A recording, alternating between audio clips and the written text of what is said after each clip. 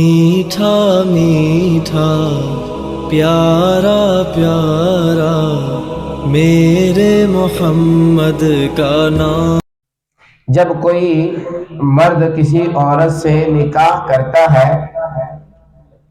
تو نکاح کے لوازمات میں سے یا نکاح کی پاداش میں مرد پر جو چیزیں لازم ہوتی ہیں ان میں سب سے پہلے مہر لازم ہوتا ہے۔ خود قرآن مجید میں اللہ تبارک و تعالی نے ارشاد فرمایا ان تبتغوا باموالکم، تم ارے مردو تم عورتوں کو تلاش کرو مالوں کے ذریعے۔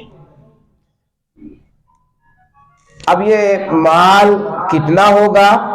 کم سے کم 35 گرام چاندی، کم سے کم 35 گرام چاندی یہ مہر ہونا چاہیے۔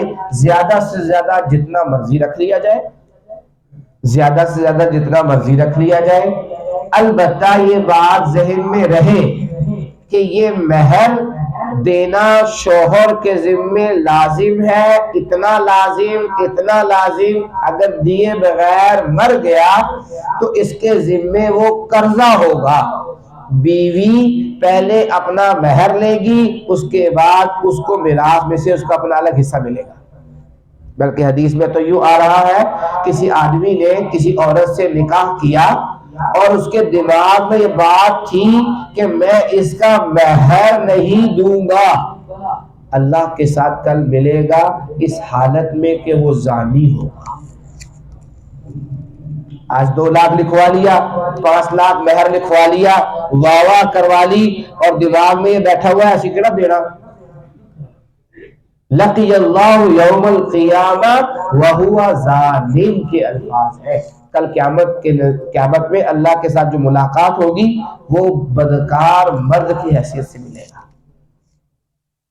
اس لیے یہ مہر دینا ہے۔ اچھا مہر الگ چیز ہے، قاری صاحب منہ دکھائی الگ چیز ہے، دونوں کو ایک چکر میں نہیں چلانا، وہ الگ الگ دونوں معاملات ہیں۔